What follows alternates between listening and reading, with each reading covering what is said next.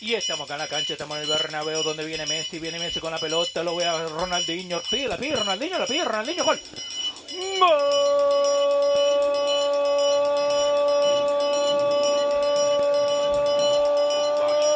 Toque de cabeça, olha chance, olha gol! Gol! Golaço! ¡Qué golazo!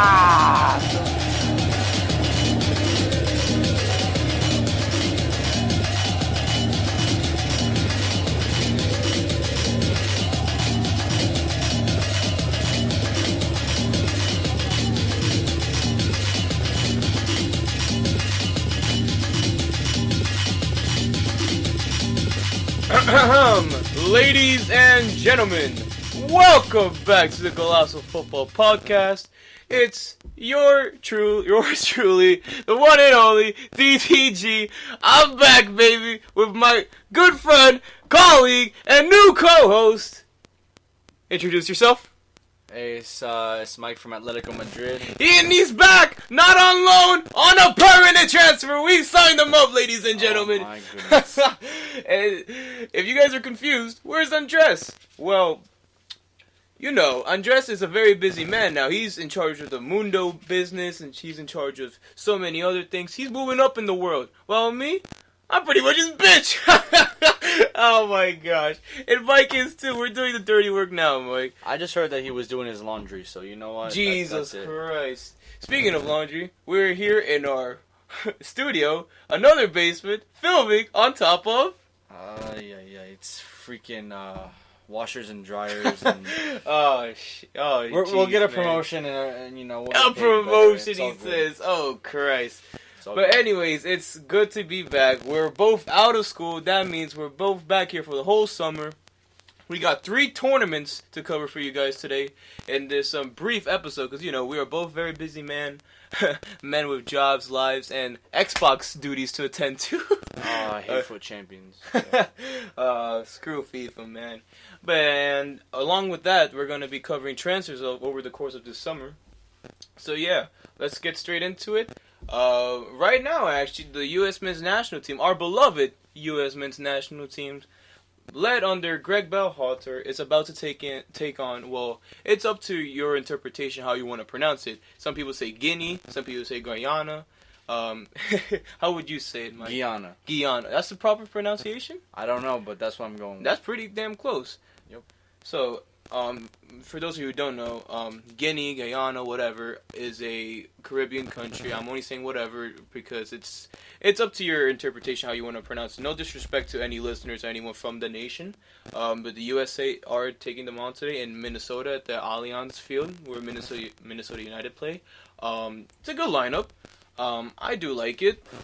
The only problem is, why did we call up the same bottle jobs who let us down in qualifying for the World Cup?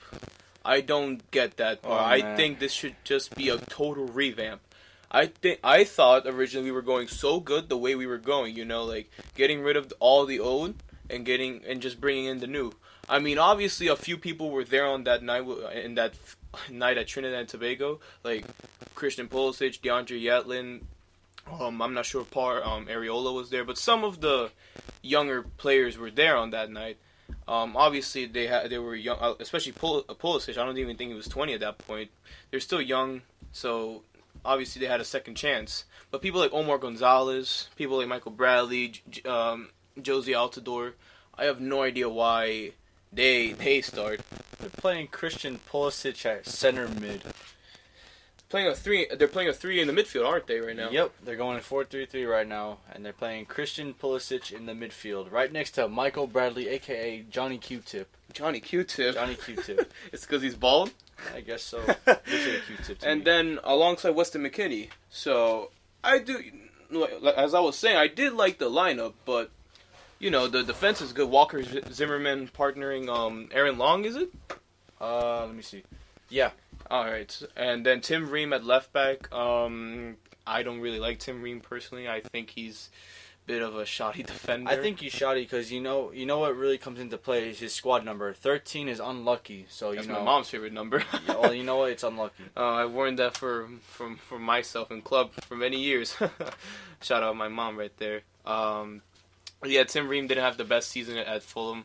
A lot of people at Fulham, a lot of Premier League supporters. The only reason why I know some bit about Fulham is because my Arsenal boy. Yes, I'm bringing back the Arsenal talk. Deal with it. Callum Chambers. Oh no. Here we go. I followed Callum Chambers. He was on loan at Fulham, and people at Fulham were saying Tim Ream was one of the worst defenders in the Prem. So it's fair. Yeah, I mean, I was really hopeful that like Americans would like not have like that sort of bad cred in the Premier League, but yeah, we're gonna hand it over to Pulisic. But anyway, who else is there? Nick Lima at right back. I think he's a burst of energy down the pace alongside Reggie Cannon. I think those two are pretty on par. I have no complaints about that. Either or, I would have been happy with starting. Obviously Michael Bradley. I don't think he should be there. Really? Yeah. Really? Like honestly, like Will Trapp deserves a lot more. He's the captain of Columbus Crew, and he captained this young U.S. team in games against France, games against Brazil, and like these multitude of friendlies that we had last year, playing the youth and everything. He's a real leader. Like I understand, like Michael Bradley is a good leader, but so is Will Trapp, and Will Trapp has proven himself against world class midfields like the English midfield when we played them at Wembley for Rooney's testimony against Italy. Against France, against Ireland. Yeah, Ireland's not a massive team, but, they still beat us nonetheless. But still, I just think that Will Trapp should be in there. I think he's more versatile than Michael Bradley. I think Michael Bradley's legs are pretty much shot. He's just a holding midfielder now. I don't even think he's considered box-to-box anymore. I don't think he's got... Oh, yeah, he lost his stamina a lot. Oh, yeah, like, that just happens, like, with, like... these older players. Not that Michael Bradley is like old, but still, Will Trapp is what's the expression that people use, like a breath of fresh air? Yeah, kind of. Yeah, that's what he is. Or even Christian Roldan from Seattle Sounders. Yeah, that's fair. I think he's a more attacking option. Well, it depends how they're running this formation because I know McKinney is also a DM. Well, he's played all over the park for Schalke this season. But I think it's more like a 4-3-3 where it shifts over Pulisic as a cam because he is our number 10. So I think it's like maybe a 4-3-3 with two center mids and a cam. I just think that the way it's displayed is weird. Maybe on your screen, I'm not sure, but that's my guess because I'm pretty sure Greg Berhalter knows better than to play Pulisic at a center mid position. You're pretty much wasting his talents there. Yeah, I hope he switches it up a little bit because that'd be embarrassing. Yeah, it is pretty weird because it says here that we were playing a 5-4-1 formation against, how do you pronounce it? Guyana. I'm gonna start saying it now so I won't have to sound like a twat.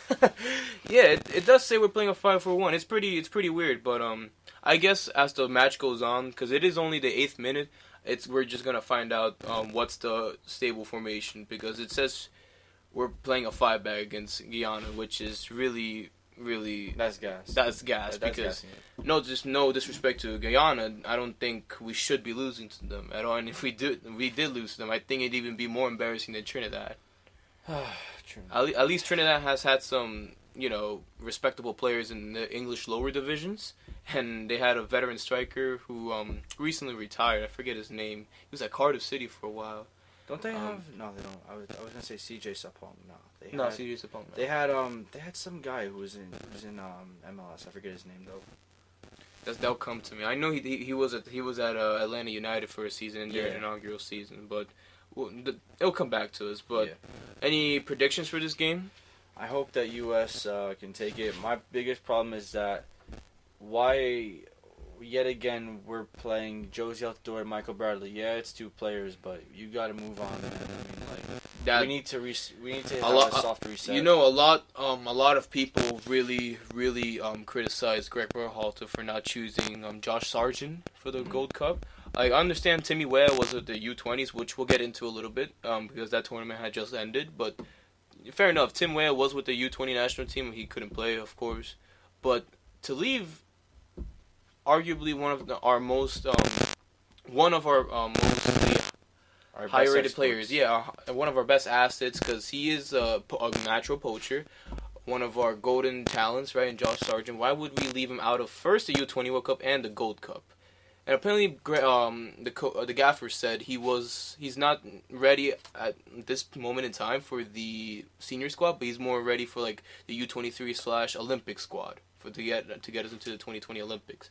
But Josh Sargent has scored Bundesliga goals for Werder Bremen. I mean, he hasn't played all that much, but he hasn't a guaranteed start. He did start off in the academy for them, and he was tearing it up. And then he scored with his first touch in the Bundesliga.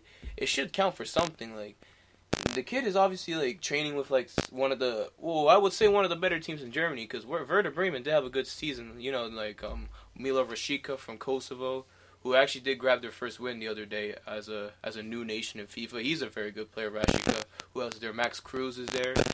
Another good poacher to learn from. He's more of a hold-up, a big guy player. He's experienced. A very experienced German striker who's played for the national team. So that's just my point. He's training with a very good team in Germany, and if I'm not mistaken, it can't really come to me right now. I don't think so. Now that I'm starting to remember, I don't think Werder Bremen qualified for the Europa League, but they were up there. They're in the top half of the Bundesliga bracket. So I just think that it was kind of a dumb decision to leave him away. Yeah. And especially for someone like Josie Altidore. Granted, Josie, yes, he has come in clutch for us sometimes, but he's no Giroud. He's nowhere near the holder player. For Arsenal. He's for Arsenal, for Chelsea. Arsenal. Oh, respect. Giroud thank was you. if you remember, Giroud always bailed him out as a super sub, as a big target man guy. But he just always scored. Thing is, Josie Altidore, he is our Romelu Lukaku. He is our donkey. He is literally a donkey up top. Yeah, you're right. He the first touch is appalling. He just can't do anything right. He had a few good seasons in the MLS. Made a fool of himself in the Premier League when he was with Sunderland. He did tear it up at the Eredivisie, but a lot of players struggle from the jump from the Eredivisie to the Prem, and he did make a fool of himself there. I mean, he's just he's not as good as he used to be. I mean, it shows he was a highly rated youngster. He was at Villarreal, he was at Hull City, Bursaspor. Yeah, he was a highly rated youngster and everything, but he only had a few good seasons here. Last season in the MLS, he only scored 7 goals in the whole season. 7 goals. And this season he has 5 so far. And it's not disrespect to the MLS, but I think if you could score a few poacher-esque goals in the Bundesliga, say 2 goals in the Bundesliga, I think is worth more than 5 goals in the MLS. Yeah, I think so for sure, because obviously the quality of opposition is a lot different.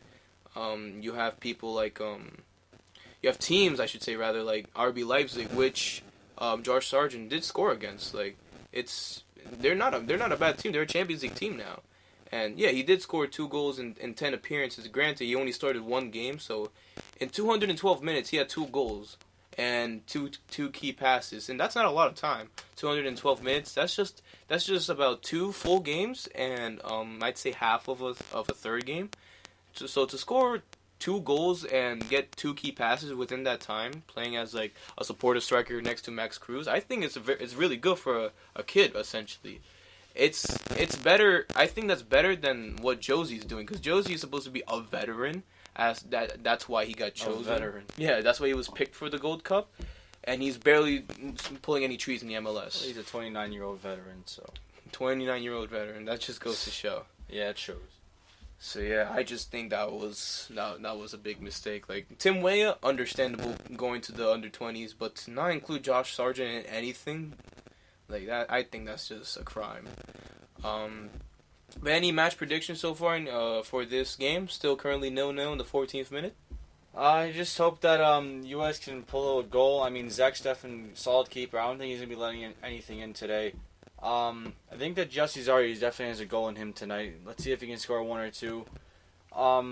Some people were complaining about Jesse Zardes being on this roster. I mean, yeah, granted, he is considered one of the bottle jobs, but I don't think he's that bad of a player. He did have a solid season with the Columbus Crew last year.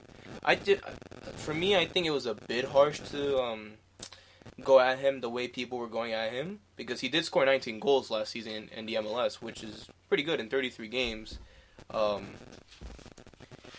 After transferring from the Galaxy, I think the chemistry he had with Federico Higuain was pretty good. And for me, when I see the chemistry between him and Higuain, I just think of something he can do with Pulisic, you know?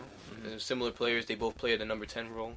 So I just think that some of the criticism he got for being included was a little bit harsh, but I do kind of see where people's coming from. So yeah, I do think he's good. I think that he should be up for a bit. I'm looking here, he's 27 years old. He's not going to compete well with this development talent, because the way that we're seeing it now is we're getting a lot of these 22 and below players. Yeah, so it's kind of like a soft no, I'd say more like a hard yeah. But he's going to age well. When they go to be like 26, 22 plus 4 is 26. So like he's going to be 31. He's going to be old. So Yeah. it's a smart idea. And I think the ship has sailed for him to go to Europe, because I do remember he did have a few offers from Sunderland in 2015. He did, yeah, he was a real promising youngster. I still think he could do like small mid-table team in Europe. Considering his ability, I just don't see why he doesn't make the move. I guess he's happy in the US, but yeah, I do see what you mean. So yeah, what you're saying is kind of making more sense to me as to why people are giving him criticism. So yeah, I will see that Jordan Morris instead, just coming back from injury. I understand why he's not starting, but I fully expect once Jordan Morris comes back to full fitness, he will be back in this as a starting position, competing with Josh Sargent, Tim Weah, etc., etc. So yeah, let's move on to the rest of the Gold Cup, because we have been rambling on about the U.S. for ages. For about 10 minutes.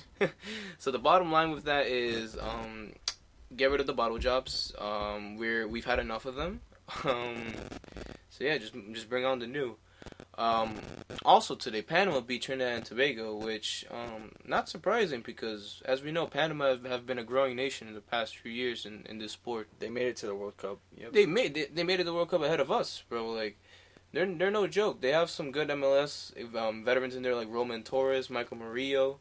Well, not really a veteran, but he's a solid player for the Red Bulls. Yeah. Roman Torres being the exception to that. He is the veteran. Unfortunately, Jaime Pinello did retire from the national team. A lot of their veterans did retire after the World Cup, because I guess that's the pinnacle. I guess that they're thinking, oh, we're already 30 plus years old. We already made the first World Cup in this nation's history. It's not gonna get any better than this. Yeah. We're gonna hand it on to the new generation, which is like Peru. admirable. Yeah, very admirable. Yeah. Other players like Anibal Godoy, Alberto Quintero, Fidel Escobar, pretty good players. Luis Mejia is taking over the sticks from Pinedo, I should say, rather, and Armando Cooper. Gabriel Torres is still there. So yeah, it's a pretty solid team. Yeah. And Trinidad and Tobago, I do expect them to get third place in this group. They're always a pesky team to play against. I do remember in 2 Gold Cups ago, they gave Mexico a hard time and pulled a 3-3 draw out of their asses. I don't know if you remember that. Yeah, I do. And then I do remember that game for a specific reason, and unfortunately not a good reason, where a lot of the Trinidad players were getting hurled abuse and piss, cups full of piss and garbage thrown at them from the Mexico fans. Because, as you know, this year it's different. There were some Gold Cup games played in Costa Rica and in Kingston, Jamaica. But for the most part, it's in the United States. So this is not a shot at Mexico, but you go to a Mexico game. It's in the United States. It's mainly going to be Mexicans in the stadium, no matter the opposition. There were a few Trinidad fans in the crowd. The select few, yeah. Yeah, the select few, the small patches of people holding up the flags you can see on the telly. But yeah, you see the whole stadium yelling "puto" as every time there's a goal kick, which infuriates me as a goalkeeper, because I would hate as a goalkeeper taking a goal kick and people are just like, "Oh, puto!" But yeah, no, that was that and everything. That just goes to show that Trinidad and Tobago could really get under your skin. They're big physical specimen, very fast. I'm not gonna say I'm not gonna say what I'm thinking. Don't worry. Don't give me that face. They're just very fast and physical beings. Let's just leave it at that. Yeah. And as they showed us that they pretty much made us their bitch in their backyard, and that infamous night almost 2 years ago, which seems crazy to me to think about. But speaking of the Gold Cup being in Jamaica and Costa Rica, yesterday, Jamaica beat Honduras in a thrilling game 3-2 with Dever Orgel scoring a brace. And the talk of the game was Leon Bailey's making his debut. Oh boy. Let me tell you, when he declared for Jamaica, it made me so happy. He got an assist in that game for one of Orgel's goals or whatever, but he was a menace. Like, clearly, like, he's their best player already. Like, there's no doubt about it. Leon Bailey is one of the best young wingers in Europe. Yeah. No doubt about it. He did play more of a center forward role, but I just think, like, with him in the team, especially considering the fact that Jamaica have made back-to-back finals in the Gold Cup in 2015 and 17, I just think he makes them a real threat. Like, the way, not to give you a cheesy comparison, but the way Virgil van Dijk has lifted the Liverpool defense, like, originally all on his own, because remember, it took, Trent Alexander-Arnold wasn't a starter from the start. He was, broke through from the academy, was a sporadic team player. Andy Robertson had to wait for his place because Alberto Moreno was shit, but Klopp insisted with him. And then you had Dejan Lovren, the quote-unquote self-proclaimed the best defender in the world. He's the best in the world on a current basis. But yeah, it's kind of like, I kind of hope he has the same effect on the Jamaican national team, where he just lifts the momentum of the whole team all by himself. Like, and that's just with him himself. He has, like, some decent players around him. Kamar Lawrence, the taxi. Andre Blake, one of the best, or if not the best, keepers in the MLS. He was actually the best goalkeeper in this tournament 2 years ago. Unfortunately, unfortunately did break his finger in the final of the last edition, so he had to be subbed out of that final. Damian Lowe, Michael Hector, who's the Chelsea journeyman. I'm not sure if he's still at Chelsea. Yes, he technically still is a Chelsea player. Somehow. And he is listed as a Chelsea U23 player whilst being 26 years old. That's rare. And he has been on loan 1 time, 2 times, 3 times, 4 times, 5, 6, 7, 8, 9, 10, 11 times in his career. That's great. That is just phenomenal. It's great when you have these players making all these big moves. What was the best team he went to? What? Eintracht Frankfurt. Oh, wow. In the 15-16 season, where he did play, 16-17, he did play 22 appearances, 14 starts. Not bad. Granted, not all of these loan moves were at Chelsea. He was a Reading player, and he was on loan a bunch of times, but then he went to Chelsea, got loaned back to Reading, then went to Frankfurt, Hull, Sheffield Wednesday this season, now back at Chelsea. So over the course of his 2 spells at his 2 parent clubs, Chelsea and Reading, he's been on loan 11 times. Michael Hector, what a guy. Let's just give it a round of applause. Don't you just love these loan players, man? I do. Shout out Chelsea, man. Shout out to Chelsea. Shout out Chelsea, ruining great talent. But no, he is a great player for Jamaica, all jokes aside. And yeah, I'm really excited about Leon Bailey, bro. Really am. And also Jamaica, some great kids. Yeah. Great kids all. Can't go wrong with green, black, and yellow. Oh yeah, for sure.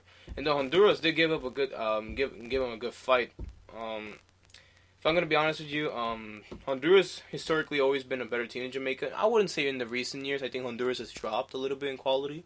But Anthony Lozano, obviously playing for Girona in Spain.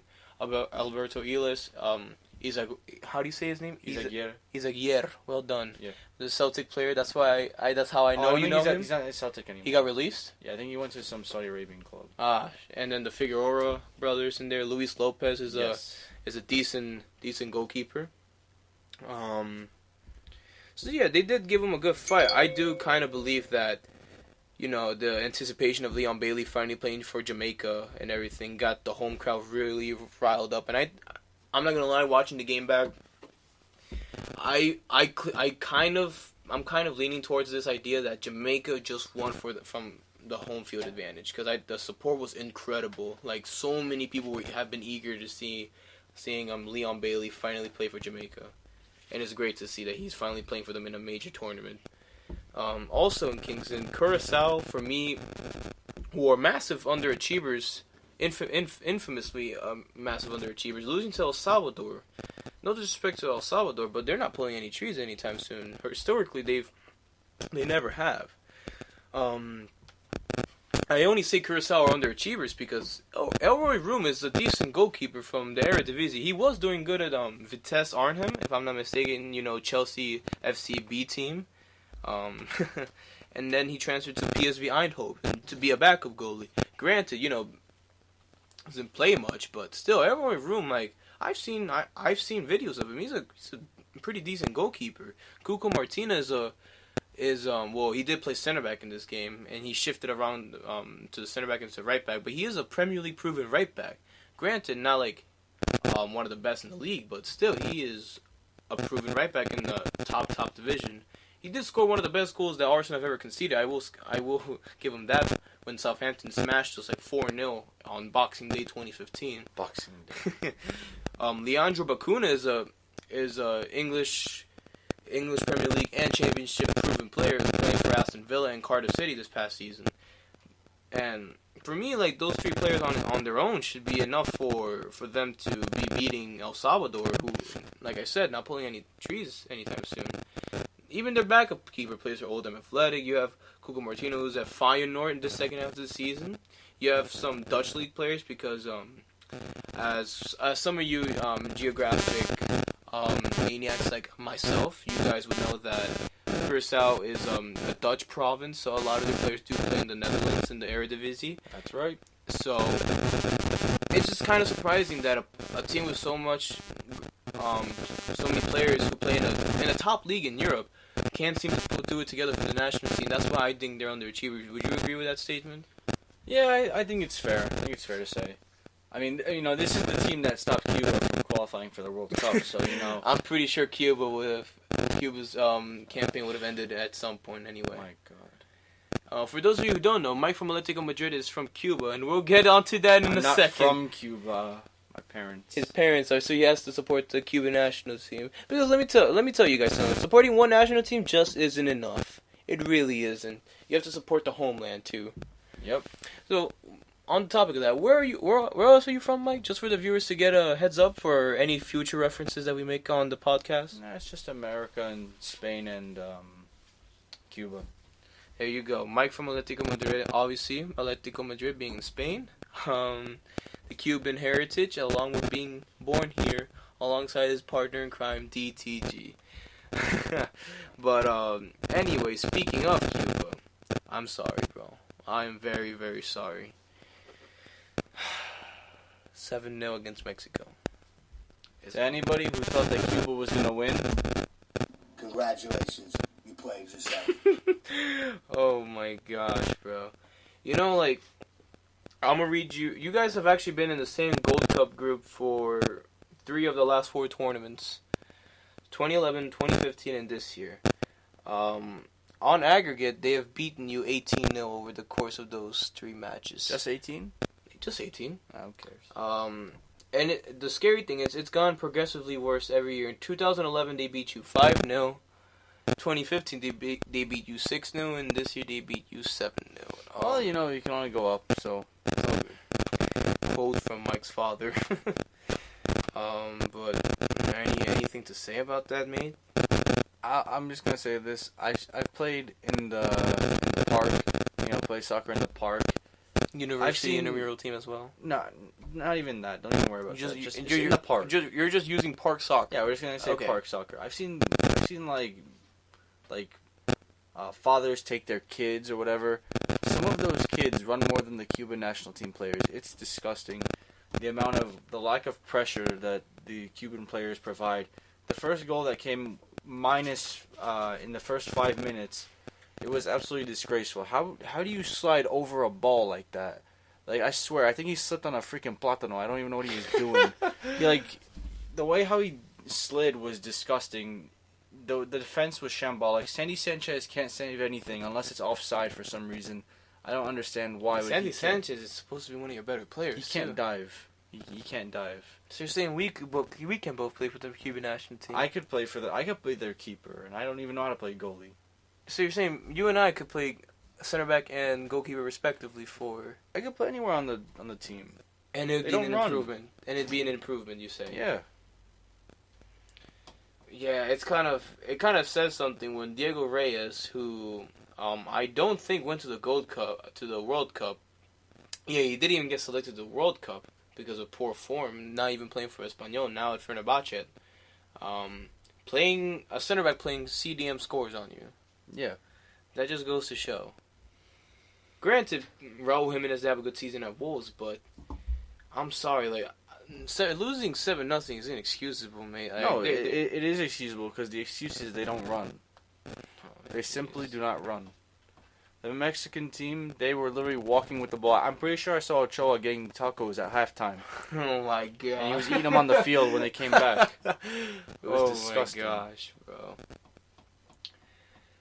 Also in Group A, Canada beating Martinique 4-0.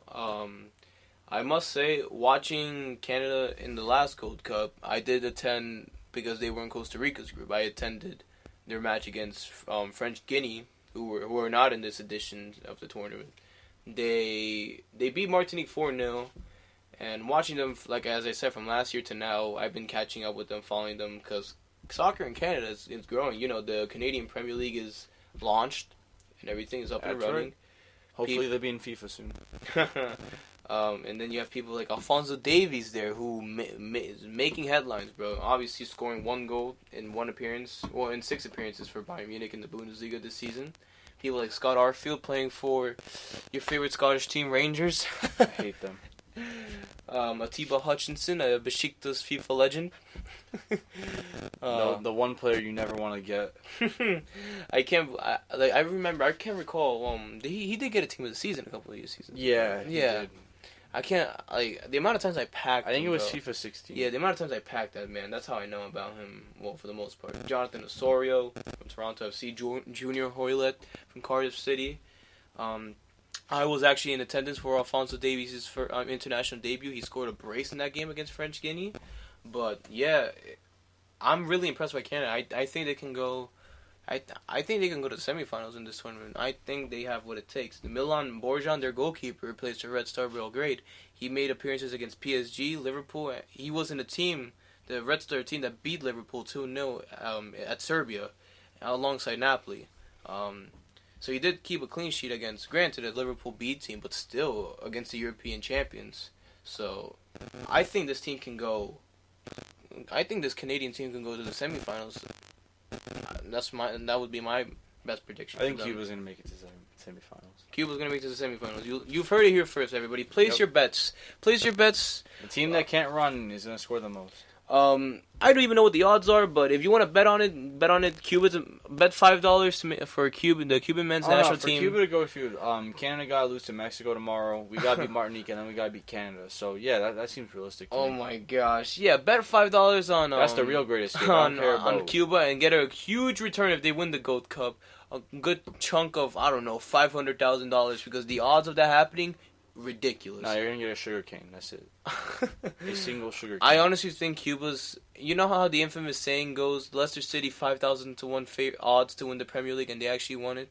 Yeah. I think your odds are worse than that. I'm no offense, bro. Like it's not looking good for you guys. Well, our team doesn't look good because they don't run. I'll give you guys this. At least beat Martinique. At least do that, please.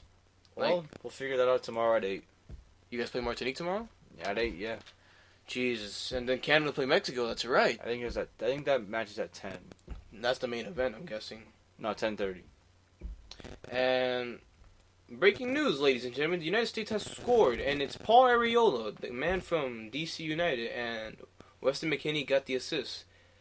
Wow, we'll watch replays of that goal after the podcast. And to wrap up the Gold Cup summary. I'm not too worried about it. My boys, the Costa Rican men's national team, we beat Nicaragua at the Estadio Nacional in San Jose, Costa Rica, 4-0. standard performance. That's the performance I expect from my national team. I have nothing much to say about that. I am mad that Keylor Navas once again refuses to come to a Gold Cup tournament. I think he guesses he's too good for us, which is just disgraceful. I love Keylor, but I just hate the fact that he treats the national team like that. If you think you're better than your national team, congratulations. You played yourself. Oh, guys, you're gonna be hearing more of that throughout the podcast with me and Mike from Atletico Madrid. Well, not even from Atletico Madrid anymore. Mike from the Golazo Futbol podcast. That has a better ring to it. Oh my gosh, he's shaking his head in shame. He's like, "Why the hell did I leave Atletico Madrid?" Congratulations, you played yourself. Oh my gosh. But no, back to the football. And also in our group, Group B, we Bermuda and Haiti played off also in San Jose, Costa Rica. That was the pre-match before our main event, which was us against Nicaragua. But Haiti did beat Bermuda 2-1. I'm not going to lie to you. I can only name you one player from Bermuda. That is Naki Wells. He is from Burnley, but he was on loan at QPR this season. So that's the only player I can name from that team. that's one more than I can. Actually, no, that'd be two more. Two more? No, I'm kidding. It's a joke. Oh my gosh, what to say, huh? But no, Haiti, decent team. They actually did make it to the Copa America Centenario, so they're again not playing the trees anytime soon, but they're always in the Gold Cup. Decent Caribbean team. Shout out my boy Derek Etienne Jr. from the New York Red Bulls, from the hometown Paterson, New Jersey, representing the national team on such a grand, I would say grand stage for the Haitian national team, because the Gold Cup is essentially like our form of the Euros or the Copa America, which we'll also get into. But yeah, Haiti are a decent little bunch. I think they'll finish second behind us. I'm not too worried about this group. I think we're gonna easily top it, and that's no disrespect to any of the three national teams in there. I hope the remaining two, Bermuda and Haiti, give us cracking games. But I'm worried. I'm not worried, so to say, but I'm looking forward to the knockout stage because, assuming we do get in first place, we're going to be facing either Canada or Mexico, whoever finished second in that group. Or Cuba. Costa Rica versus Cuba, bro. If you guys do make it second, bro, oh my gosh, we're watching that game together, bro. I don't care what you say. The lack of running will be amazing. Oh my gosh.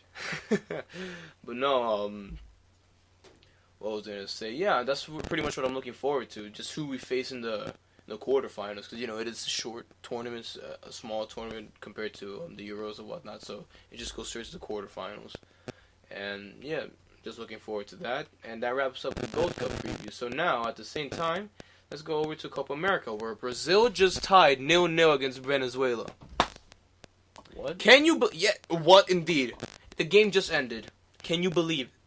Venezuela, back-to-back draws, 0-0 draws against Peru and Brazil. You know what this result means?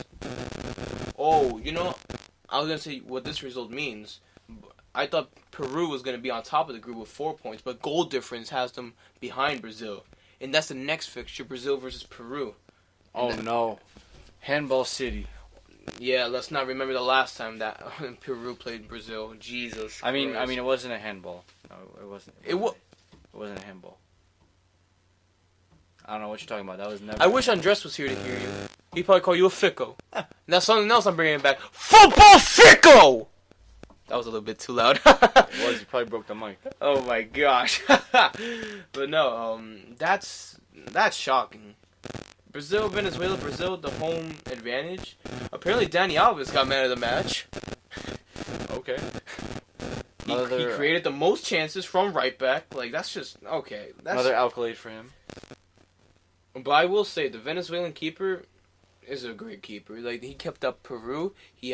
I do recall first hearing him in the World Cup qualification, where he had a stand-up performance against Uruguay and Argentina.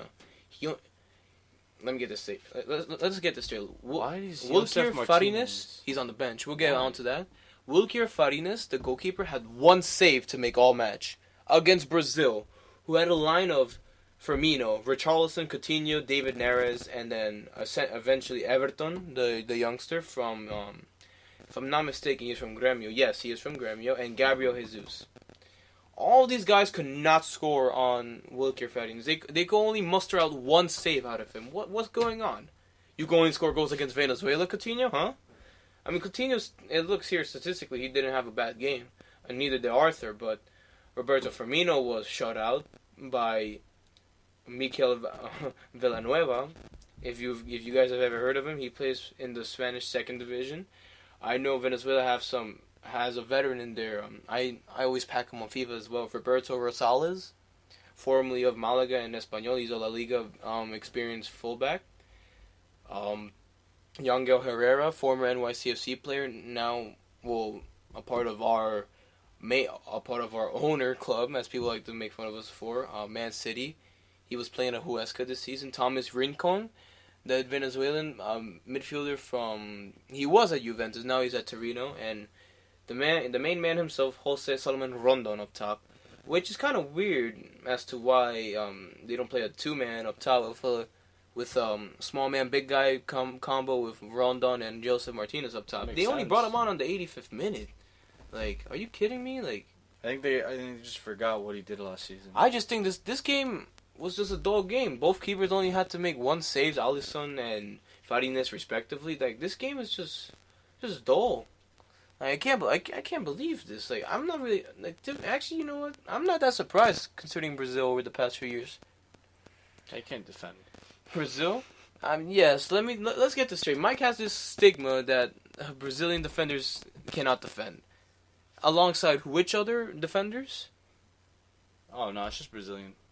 Oh, I thought you mentioned other people as well. You know who can't defend? Argentinian defenders. Oh my god. 2-0 against Colombia. Shout out Show Futboleo. Oh my gosh. I couldn't believe when I saw it. I was at work and I was like, what the fuck is this? Granted, the goal, the first goal was a really good goal. From I forget his name. He plays in Mexico, if I'm not mistaken. It was Roger Martinez and then Duvan Zapata, the man who had himself a great season at Atalanta. Oh, definitely. But this Argentina team is just so uninspiring, bro. Like, Di Maria subbed out at halftime was appalling. Like, Messi, does Messi things, tries to create chances. Aguero went missing. Like, Where's Icardi? Yeah, where's Icardi? He's doing another porn shoot with his wife. Oh my god. Shout out Maxi Lopez. But no. Honestly, bring him back. Bring back Max. Yeah, exactly. Like, it just goes to show when Nicolas Otamendi is statistically your best player, that's a problem. A team with those attackers, yeah. Yeah, with also our guy from Real Betis, remember, Giovanni Lo Celso, and Leandro Paredes from PSG now, and they also brought on Rodrigo De Paul from Udinese, who had a fantastic season in Italy, who I think deserves a bigger move, because I think he's one of the most underrated players in Europe. But the fact that this Argentina is so uninspiring, bro. Like, could you imagine if they go out in the group stages? Because as it stands, Qatar ahead of them. And Qatar made a comeback against Paraguay, the reigning Asian Cup champions. Qatar aren't even from, like, South America. Yeah, but, they're invited. They were invited. I know, by, but yeah. still. Yeah, but it goes with, this is your home turf. Like. Yeah, I feel that, but the fact that Miguel Almiron and co choked against Qatar, like, it's just, this Copa America, bro, it's just a gift that gives on giving. Like, every day is just something crazy. I mean, from the first day, Brazil, Bolivia, it's an expected result. No disrespect to Bolivia, but Peru having 17 shots against Venezuela and not being able to score, like, that was They scored twice, though, right? They scored twice. VAR. Colombia, Argentina, like, I'm not even surprised by that anymore. And then you have Paraguay bottling it, playing Spurs against Qatar. Yes, I know Spurs. Fuck you. I was eating in a Peruvian restaurant. And I saw that Paraguay was winning by 2, and then I damn near choked when I turned around and I saw that Qatar caught up. I said, "What?" I damn near choked on my freaking halea. It was funny. Shout out halea, bro. Great stuff. And then you have which I said in the very beginning of the draw. I said this all the way back in January. You guys can go back. It was actually my last episode on the podcast before I went on a hiatus. obviously due to school and whatnot, that Uruguay were my favorites to win the tournament. Not only because of my boy Lucas Torreira, but I just think the performance of the last World Cup was very, very impressive. And, the overall team that they have with Cavani, Suarez, Nahin Hernandez, who really impressed me at the last World Cup, Mateus Vecino, Rodrigo Bentancur, those are just all midfield players that I'm naming. Alongside Lucas Torreira, who didn't even start, that's a strong midfield base. Along with Nico Lodero, who didn't even go to the World Cup, but puts the team on his back for Seattle Sounders. And then you have the defense, that infamous defense: Godin, Caceres, Jimenez, and the youngster from AC Milan, Diego Luxalt. This team's just stacked. And with the sometimes unreliable goalkeeper Muslera, as we saw against that game against France, where he fumbled Griezmann's shot. But besides that, he is a dependable goalkeeper with a lot of experience at major tournaments at the international scene for Uruguay and in the Champions League as well at times for Galatasaray. And I'm not even naming Sebastian Coates, Marcelo Saraki from Mike's favorite German team. Shout out Bruma, RB Leipzig. You have people like Sebastian Coates, Federico Valverde from Real Madrid. You have people like Gaston Pereiro, Christian Stuani, who had a great season at Girona despite getting relegated, alongside Maxi Gomez, another great young Uruguayan striker. I can't see anyone else winning it but Uruguay. I just think they're the strongest team at this tournament. What do you think? I think that they are, definitely. I mean, Cavani, I know that I've said this many times, he's linked with Atletico Madrid also, but he makes runs that people don't. He literally will tell people the types of runs he's going to make and then put him next to... Very low-key in what he does. Yeah. Yeah. A lot of people like to give him bad reviews because of that one season with Zlatan, but he's moved on from that. Yeah, exactly. People need to get over those Zlatan years where he was playing second fiddle. He's not playing second fiddle no more. He's doing the work with Neymar and Mbappe. I just hope that he goes to Atletico Madrid because we need somebody like him, somebody who makes tactical runs and stuff like that. Because Atletico Madrid are kind of in the stage of a rebuild, and I'm expecting positive things, and I hope that they come through. We gotta sign some people first. You guys are apparently going to announce Joao Felix tomorrow, but we're gonna talk about transfers another day. So we're just gonna talk about international tournaments this week. But don't worry, the transfers,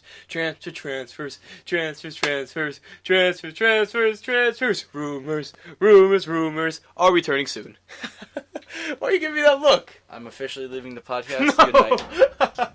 Oh my gosh, but no, alongside Uruguay thrashing Ecuador, Chile, bro. Technically the defending champions. They defeated Japan's B team because essentially the only recognizable player for the pub for most of our viewers is Shinji Okazaki from Leicester City, who has now been released. Yeah. Been linked to the MLS, but I think that'd be a good move. Yeah, for him, yeah, definitely. But Chile playing their pretty much their main team besides Claudio Bravo, who is not fit, who's been injured all season at Man City. But Alexis Sanchez coming back from the dead. Yeah. Yeah, pulls up for the national team. Can't do it for Manchester United. The bro. ghost of Chile's past. The ghost of Chile's past. Eduardo Vargas, one of Mike's favorite ever FIFA players. Great non-rare goal player. Arturo Vidal, Eric Pulgar, Charles Aranguiz, who was also, for me, one of the most underrated midfielders. Excuse me, it's pronounced Aranguiz. Aranguiz? Yes. Wow, well done. One of the most underrated midfielders in the Bundesliga. Definitely, yeah, Chile should have been, beating this Japan team. If Japan had brought their team that made it to the round of 16 and gave Belgium one of the biggest games of their lives, I think that we would have been talking a different scoreline. But, yeah, I'm not to say I'm not impressed with this Chile team, but they're not the same anymore. The golden generation is over. They're aging and everything. I do expect Chile to get out of this group, but that's as far as it goes from there. I think so. Yeah, you can't see them winning it a third time. No shot. Nah. If they do, it would be impressive. It would be impressive, but remember, they are used to going to penalties in these types of tournaments, and they don't have their penalty stopper expert, Claudio Bravo, with them. So, if it does get up to that point, I don't think they're gonna do it. Doesn't matter. They have Vargas. Vargas. As long as they have Eduardo Vargas, they're fine.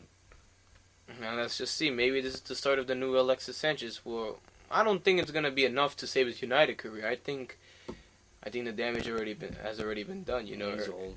earning He's 31. taking away that much money from the club and and pretty much just scoring like 1 goal a season or something crazy like that. No, I don't think whatever he does at this tournament will help his United chances You see any all further. the memes that they're making about this person scores more than Alexis Sanchez. Like, he's now a meme. Eddie Nketiah, the Arsenal 20-year-old who scored in the last day of the season, has scored the same amount of goals as Alexis Sanchez has all season. Socrates Papastopoulos, our Greek defender, arguably Arsenal's best defender, has scored more than Alexis Sanchez this season. Nacho Monreal, a left back, has scored more goals than Alexis Sanchez this season. Well, I mean, there's only one way to stop that, and it's Sanchez got to score more. I mean, Just can't do it, bro. I just don't think whatever he does at this tournament is gonna help his United career. I still think he's gonna move on. I think they're gonna ship him off. go to China. And then earlier today, you had Bolivia taking the lead against Peru, and then Peru, just showing off, not to say their class or whatever. Flexed. Yeah, they're flex or whatever, but they're flex in comparison to Bolivia and getting an expected 3-1 result. That is no disrespect to Bolivia, but the only time I will give Bolivia, some credit is when they play at home because, the altitude at Las Paz, as we've said before in this podcast, is very, very dangerous to play at. That's the only time I will ever rate Bolivia is when they're home against an opposition. Besides that, I never really expect them to do anything special at these tournaments, and I think that's fair to say. Yeah. Yeah, never really been a standout team, but Peru, getting an expected 3-1 win, and now they just made things interesting because now they're leveled on points with Brazil, 4 points each, but they're only trailing them in terms of goal difference, which is why they're in second place. If Peru can get a win against Brazil, I think we're looking at some dark horses Is here. Cueva playing? Yeah, he is playing. Are you thinking what I'm thinking? Penalties? No. The hand. The hand. Cueva's the one that scored the handball. Oh yeah, you're right. That twat. You might score handballs, but you can't score penalties. Oh, Jesus Christ. I'm still never getting over that penalty miss. One of the worst I've ever seen in my life. Why do you hit it so far out? I don't get when people do that, bro, honestly, but that's a story for another day. Oh, but hold on. Edson Flores scored. 96 minutes, he came off the bench. He wasn't even starting. The guy who was born with glass bones and paper skin. Oh, jeez. And 5-star skill moves. Shout out FIFA right there. But no, if Peru can get a result against Brazil, I think we're looking at some dark horses there. Because I do think a lot of people heading into this tournament expected something from Peru. Because, making it to the first World Cup in 35 plus years, the emotional ride that brought to a lot of Peruvian people, ultimately not progressing in the World Cup, but, only losing 1-0 to the defending champs, who, granted, were playing in second gear the whole game pretty much. Barely losing to Denmark and beating Australia. There were some hopes for this Peruvian team, and those hopes kind of died down with the Venezuela result. But today, with their win, with their expected win, I should say, alongside with Brazil's tie against Venezuela, it makes things interesting again. And I think the Peruvians are going to be up for it. I think personally they could do it, but I think it's going to be hard. I just think Brazil at home is a different beast. I mean, unless they're playing Germany, but shout out to Brazil Paradise Girl on that one. Jeez, what do you think? Do you think Peru can do it? Yeah, of course they can do it. I mean, this is the team that got them to the World Cup, and Brazil did okay in the World Cup. They didn't do anything that special. No, yeah, they barely got past Costa Rica, Serbia, and Switzerland. They didn't even beat Switzerland. I know I will say they comfortably beat Mexico. A simple 2-0. It wasn't anything special. The game against Belgium, that's when they really got outclassed. So yeah, they weren't pulling any trees as we know. Neymar disappointed. Coutinho pretty much ran the show. So yeah, That's why I say I could see Peru doing it, but I just think Brazil might nick it. Like just about. I think they will struggle a lot. I think Peru's gonna give them one hell of a fight, though. I think that there's definitely, Cueva's chances of scoring a handball are severely hindered this time because of the VAR. Yeah. Jesus Christ. But then again, you got the mafia, so it's all good. But yeah, that's the Copa America for you. I really do think that my mind can't be changed at this point. Uruguay, I think they're gonna win it. That's fine. What do you think? I think it's a good, solid prediction. Who do you think will be in the final with them? I think Cuba. In the final of the Copa. I'm joking. Relax. It's obviously gonna be Japan. No, I'm kidding. What's it called? Oh, I'm saying either Peru or Uruguay. Peru, Uruguay in the final. I think so. Wow, ahead of Colombia. Yeah, why not? Throw a crazy prediction. I don't really. It's like I have people that I know who are Peruvian, so I'll root for their team. But Yeah, you do have those bonds to Peru. So yeah, that is a good prediction. I do see them or Colombia either making the final. I don't think Brazil has what it takes. I think they're gonna disappoint once again. Especially based off today's performance, where they can only muster out a save from the Venezuelan keeper. Venezuela are very strong defensively. I will give them that. They are very hard to break down. I will give them that. And they have shown improvements over the past few years. Argentina, hell no. At this point, hell no. Yeah, it's looking bleak for them, for Messi and co. I really do feel bad because I just want Messi to win something, I'm not a Barcelona fan, I'm not from Argentina, but you admire greatness when you see it, of course. And to see, somebody carry something. Yeah, to see someone, carry, someone or something on their back for so long and not get the recognition or the reward that is deserving of the work that you put in for it. It's just sad because I feel bad for Messi. He looks around him and he's like, listen, I'm just surrounded by shit. Honestly, he's just surrounded by a bunch of Squadron Mustafis, a bunch of clowns. I can't muster what goes through his head. I'll never forget watching the last Copa America, the Centenario live. I've never seen Messi cry so much, when he retired from the national team for a few months. When he looked at Higuain with such disgust. I feel for the guy, but I would love to see him win something, but I really doubt it at this point. I'm really doubting it. Definitely. Now, to wrap it all up, the Women's World Cup. What a tournament it's been so far. Let me tell you. It started off with France, the host, making headlines because of their 6'2" Virgil van Dijk lookalike center back. Mm-hmm. Wendy Renard. What a beast she is. 3 goals so far. Granted, one of them was a penalty, and two of them were headers against South Korea. She is a beast, bro. She is a colossus, let me tell you, bro. It is insane how... Well, first of all, I'm not going based off of the similar complexion and everything, but it's just the body frame. She's exactly like Virgil van Dijk. It's crazy. The hair is kind of the same too. Obviously, Virgil van Dijk, as Troy Deeney says, he uses hairspray. So whenever you run past him or whenever you're running with him, you smell the hairspray and it smells fucking good. That's what Troy Deeney said. So even their hairs look alike. I'm pretty sure if she tied it up like he didn't use hairspray, you'd have a carbon copy of Virgil van Dijk. It's crazy, bro. People are saying that France are the favorites to take away the U.S.'s crown this year, and I do agree. I think they're up there. I do have a few favorites to challenge us for the World Cup title. Nah, U.S. got it. You think so? Yeah. And I will say it is also a big shame that Ada Hegerberg, the reigning Ballon d'Or winner for the first ever women's Ballon d'Or, is not playing in this tournament for Norway. I know, it's weird. It's sad because of the Norwegian conflict and everything with the Norwegian FA, the football association over there, about the treatment of women's football, of the ongoing problems with the wage difference and everything that's been going on for many years, not even just in Norway, but over here in the United States, as we know.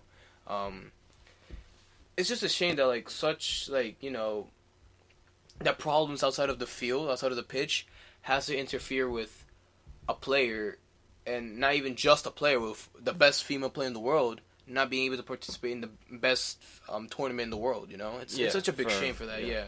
It's a big miss for Norway too, because if Norway are a decent team with just alone, but with Ada Hegerberg, I think they'd be a different beast. Oh, definitely. Definitely, for sure. Nigeria, unfortunately, with that VAR call, which I don't know if you've seen it, the VAR call where they've had to double take the penalty, because there's a new rule. I'm pretty sure it's a new FIFA rule in general that would apply for the men's teams as well in any international tournament. But apparently, the goalkeeper, they made it like a shorter length that the amount the goalkeeper can come out during the penalty shootout. It used to be like 4 inches off the line, now it's 2. And apparently, the Nigerian keeper was just about off the line, right? As the penalty was being taken by Wendy Renard. But the goalkeeper didn't even save it. Wendy Renard just hit the post and it just went out, right? But they had to retake the penalty because VAR spotted that the Nigerian keeper was over the line by over the maximum inches that FIFA now allows. Because I didn't know that was a rule change of FIFA. Because I know FIFA makes these subtle rule changes every now and then, but I just think it was harsh to just for a few inches, it's not even like the goalkeeper saved it anyway. When Wendy Renard just missed anyway on the first attempt. For me, it's kind of a dumb call, but I guess you can say it's the right decision. It's one of those decisions where it's dumb, but it's right. It's controversial. It is controversial. The Nigerian coach had to bite his tongue. He was like, if I wanted to say what I really wanted to say, I'd get fined. So he was really, really upset by that, because I think that all but confirmed Nigeria's elimination from the tournament. Yeah, they have been eliminated. Because if you guys don't know, some of the best third place teams, like the best ones, go through to the knockout stages. So yeah, it's really unfortunate. Group B, you have the European powerhouses, Germany and Spain. Shout out Jennifer Hermoso, great player. One of my players of the tournament so far. The talisman for Spain. The China women's national teams struggling. They finished third in their group, and for me that's been very surprising because, over the past few years, China's been a powerhouse. They're always up there in the quarterfinals in the later stages of this tournament, but that just goes to show. Germany, of course, always been a powerhouse as well, but Spain, recently growing over the past few years, obviously the UEFA Women's Champions League, Barcelona's team has grown massively over the past few years. Atletico Madrid Femenina, as we know, the Atletico Madrid women's team and the Barcelona team, they recently broke a record, like in April or in May, for the largest attendance for a women's game in Europe at the Wanda Metropolitano. Like over 60,000 came out to see that game. At the Wanda. At the Wanda, beautiful stadium, by the way. I love your guys' stadium. But yeah, football in Spain is growing a lot, so it's not a surprise to see that the Spanish women's national team is growing as well. I think it says something that they just about pipped China to second place on goal difference, but China, being a long time, I would say powerhouse in the women's game, being outdone by some, I guess you can say, newbies to the international scene in Spain. So I think that's great on Spain. Moving on to Group C, where surprisingly Brazil finished third in that group. Granted, they're one of the better third place teams because they won 2 games and only lost once. But let me tell you, in that group, Italy, oh my gosh, they're pulling trees for me. They're really good. The Juventus women's team, fairly new team, but they play with so much courage and everything. They're just like the men's team. I don't know if you saw a Bleacher Report post today where they're the Italian national teams do it right, the way they sing the national anthem. They're just like our women's national team. They show more bottle than the men's. They made it to a World Cup at least. Like the way I'm honestly so shocked by the way they play, because not only because they're newbies to the whole international scene, but because they're playing against recognized teams in the world stage like Australia and Brazil. Granted, Jamaica is a new team as well, their first World Cup, but what do you have to say on the Italian women's national team? First of all, Bob Marley's daughter is playing for the Jamaican national team. Is she really? Yeah, CBS did a whole thing about that. CBS? What's her name? I don't know. I think I don't know. She's one of the players though. I don't remember what she. But played it is for. confirmed. Bob Marley's daughter was in the Women's World Cup for Jamaica. Yes. That's crazy. Wow. The question was Italy's women's national team. So definitely, I feel as though that it's very reminiscent of USA and our current problem of. Not really a problem, but it's more of just a trend that the women are doing better than the men. Showing a lot more bottle than the men, yeah. And I think that for them to be, doing well in here, it's a start for Italy, like indirectly, because now we get to see how coaching can be done on the women's side, and maybe we can take some of those pointers apply it to the men's side, because for those who don't know, Italy have a big problem right now with Figci and their whole their system of things. So that's partially the reason why they did very poorly in the World Cup or the World Cup qualifiers. And I think that this is a step in the right direction, albeit indirect, but, Italy have been finding their way back. They play in the Nations League, right? Yeah, they're playing the Nations. They got knocked out by Ukraine? They were in the same group as Portugal and Poland. They finished second, so Poland got relegated, but yeah, they just couldn't beat Portugal, the eventual winners. Yeah, okay, Yeah. Portugal.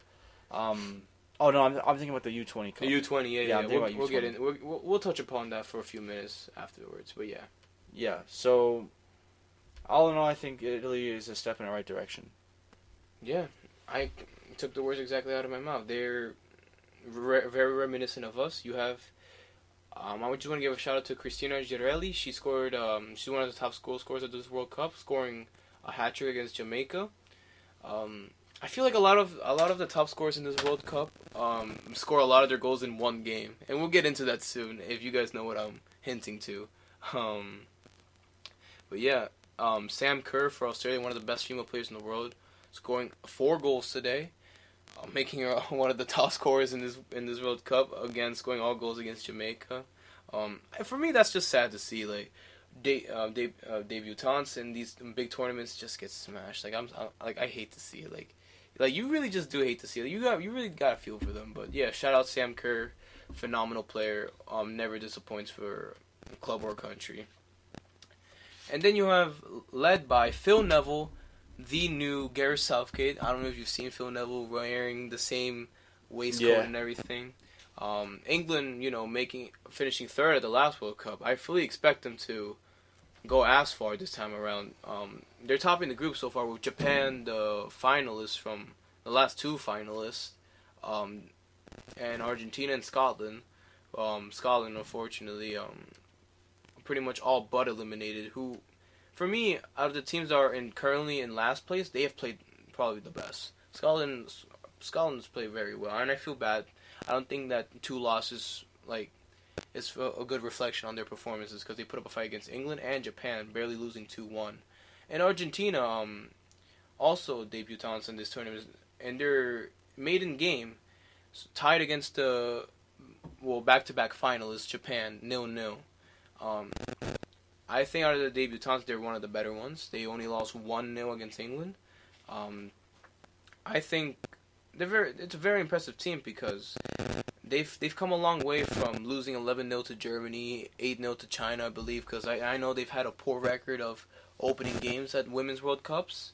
So for me, I'm happy to see that they've broken the hoodoo curse, and that they're actually making the big boys in the group, or the big girls, I should say, rather, Japan and England struggle. England barely beating them, Japan holding them to a draw, one of the best teams in the world.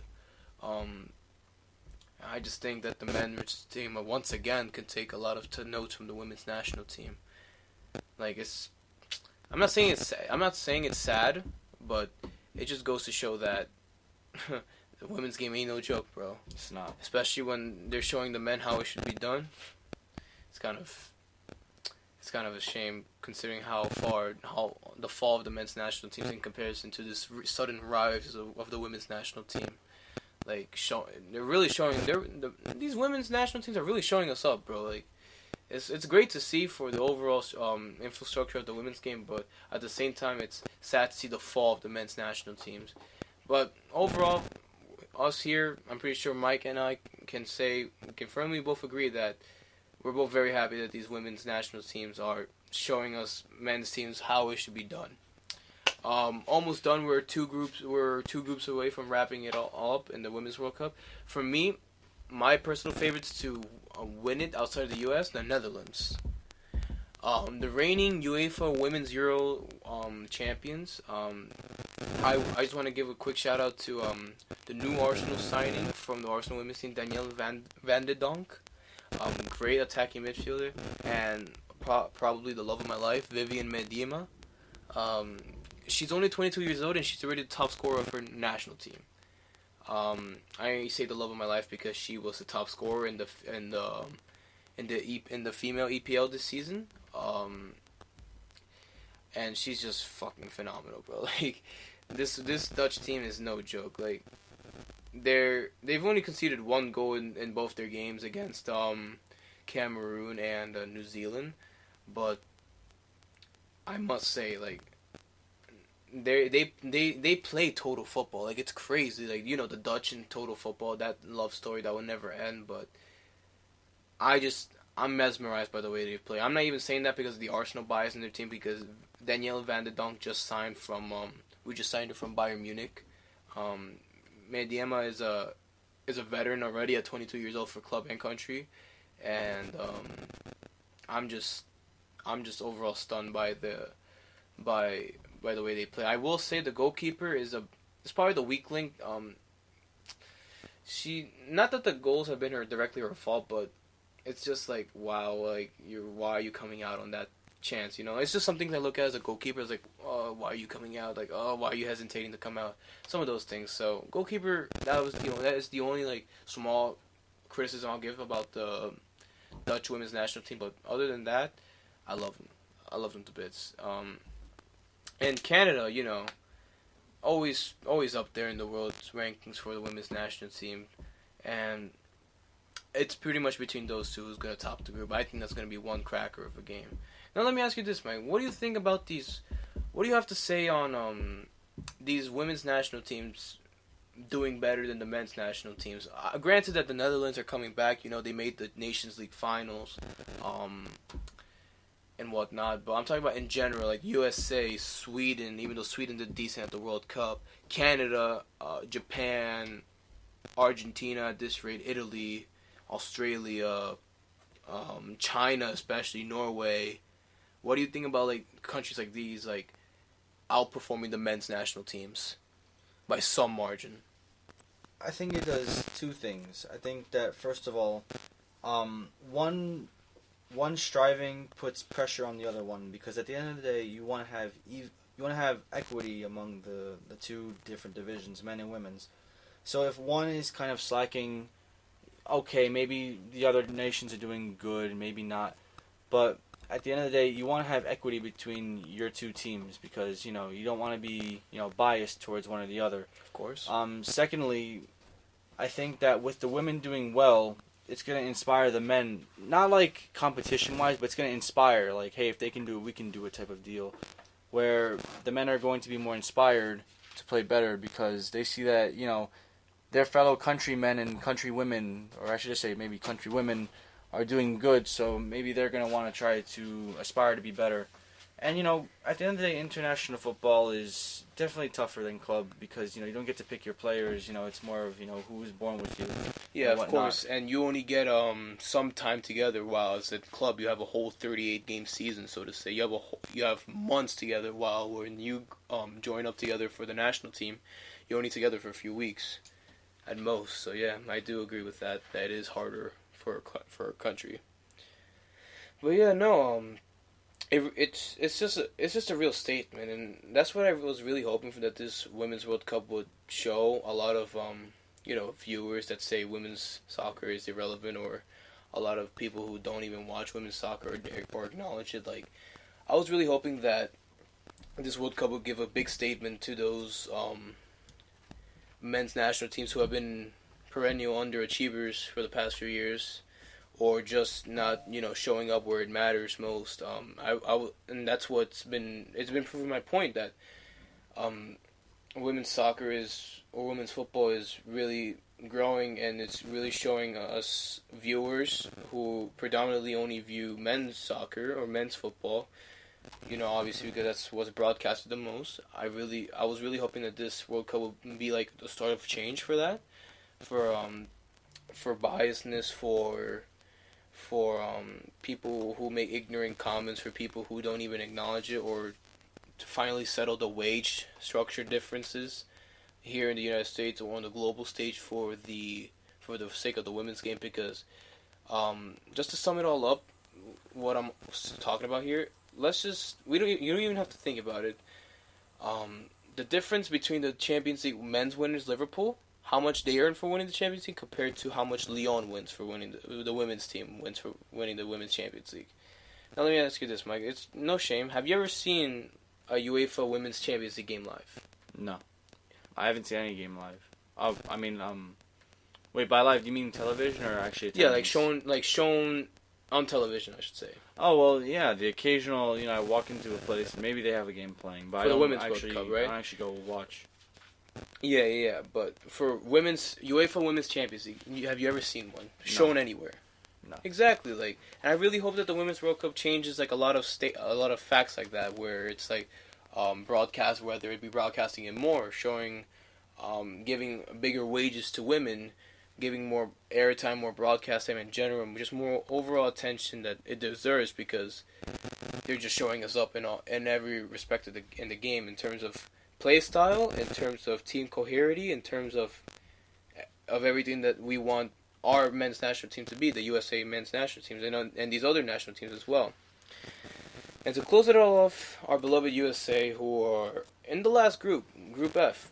Let me ask you this. You think the women's team over-celebrated against Thailand, 13-0?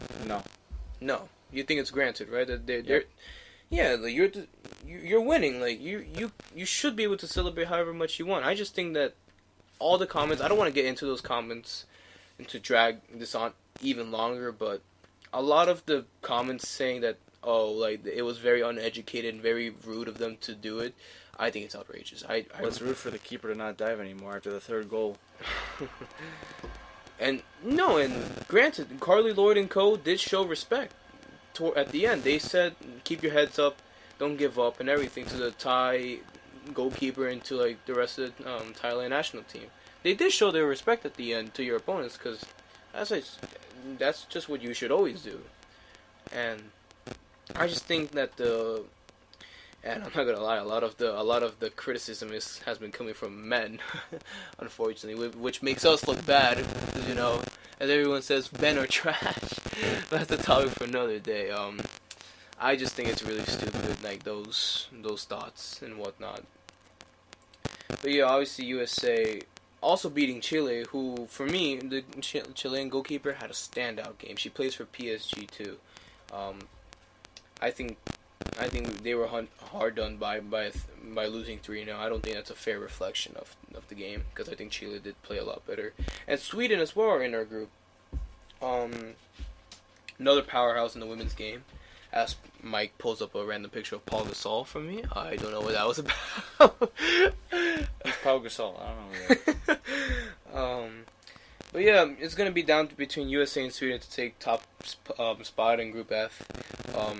I can't see this group finishing any other way. I think it's just gonna be USA, Sweden, Chile, and Thailand. I just think that. A lot of people already assume, we won 13-0, we're gonna win the World Cup, but it ain't always that easy. Let me tell you. So yeah, that's the Women's World Cup wrapped up. I did say we were going to touch upon the U20 World Cup, but I guess we'll leave it for another day. I don't want to keep this dragging on for too long, people. It's just our first day back. You guys are probably tired of our voice already. Anything to say to the viewers, Mike, as we log off? Good night. Just good night. A few announcements before we go off the air, ladies and gentlemen. Mundo Futbol, we will be at the Morris Cup. If I'm not mistaken, that's what it is called. We will be going to the Morris Elite Cup on June 29th and June 30th. Please come. Andres will be there selling our merchandise from Mundo Futbol. Get your gear, get your Copa America gear, Copa Oro gear, get any national team, get your club gear ready for the upcoming 1920 season. We'll be there. We'll be alongside Show Futboleo. I may make an appearance. Granted, I have work permission and whatnot.